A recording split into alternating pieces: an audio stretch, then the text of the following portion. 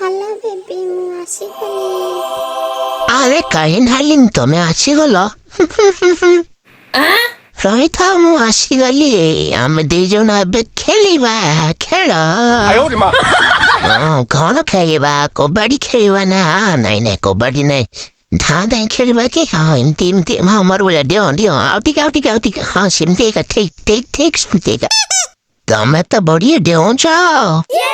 ଆରେ କଣ ହେଲା, ଝାଲିଆ ହେଇଗଲ କି? ଆଚ୍ଛା ମୁଁ ଦେବା ସେମିତି ତମେ ମାରୁଛ କି? ବାସନା ଟିକେ ଟିକେ ହଉଛ ଯେ ଭଲ ଭାବରେ।